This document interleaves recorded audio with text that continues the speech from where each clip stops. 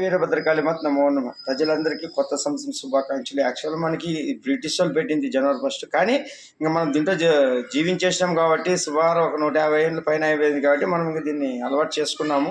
తర్వాత ఉగాది మనకి కొత్త సంవత్సరం అయినా కూడా ఇంకా జనవరి 1 క్యాలెండర్ అప్పటి నుంచి నడుస్తుంది కాబట్టి దీన్ని మనం ఏం చేయలేము. ఇది ఇట్లా కొనసాగుతుంటుంది.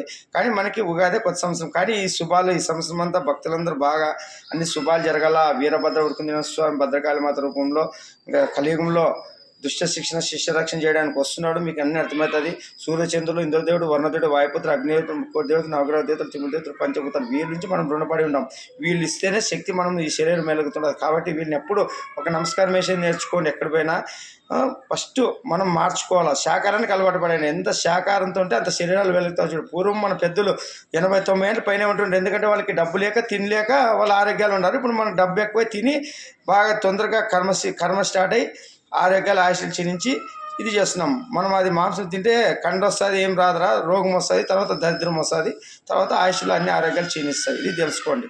కొత్త సంవత్సర హెచ్చరికలు ఉంటాయి, ఆశీర్వాదాలు ఉంటాయి. రెండు స్వీకరించినప్పుడే మీరు భక్తులు అవుతారు. ఎందుకంటే ఊరికే మిమ్మల్ని ఆశీర్వాదం చేసుకుంటూ పోతే మీరు చేసే కర్మలకు ఎవరు బాధ్యత వహించాలి? గత జన్మల కర్మ వల్ల ఈ శరీరం కర్మ దించుకుని వచ్చాము కాబట్టి కొత్తవి చేసే కాదు. అందుకే భక్తులందరూ మారాలి. సేకరణకు అలవాటు పడండి. ఆదివారం మానాలి. ఫస్ట్ మొదలు పెట్టాల్సింది మీరు ఆదివారం అనేది కాదు. ఆదివారం రోజు సూర్యునికి అంకితం. మనము ఆ రోజు మాంసం కానీ గుడ్డు కానీ ఏది తినద్దండి. ఇక వారంలో మంగళవారం తినండి. బుధవారం వచ్చి అయ్యప్ప స్వామి చేసిన వాళ్ళు తీసుకోరు కాబట్టి మంగళవారము. వారంకి ఒక రోజు ఎక్కువ తీసుకుంటే కూడా ఇబ్బందిలే. ఒక 40 ఏళ్ళు వచ్చినాక మొత్తం మానే ప్రయత్నం చేయండి. అప్పుడే శరీరాలు వెళితే శివుని దగ్గర మనం నెక్స్ట్ లెవెల్కి వెళ్ళిపోతాం. అంతేగాని ఏముండదు. మీరు ఎన్ని పూజలు చేసినా ఏం చేసినా నిష్ఫలం.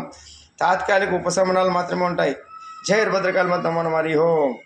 ఇప్పుడు దుష్ట శిక్షణ శిష్యరక్షణ చేయడానికి భద్రకాళి మాత ఉరుకుదిన స్వామి వస్తున్నాడు. ఇక రాజకీయాలన్నీ వల్ల ఎంత నాశనమై చూసినాము. ఇక ఐపీఎస్ శాస్త్రులతో మన ఆయనే ఋషికొండల ఆశ్రమంలో పీఠం చేసుకుని కూర్చుంటాడు. అవన్నీ మీకు ముందుకు అర్థమవుతుంది. భారతదేశం ఎలాగాల విశ్వగురువు కావాలంటే ఆ విశ్వగురువు వీరభద్ర ఉరుకుదిన స్వామి వస్తున్న అవుతుంది. ఇవన్నీ మీకు ముందుకు తెలుస్తాయి. జై వీరభద్ర భద్రకాళి మాత నమో హరి ఓం.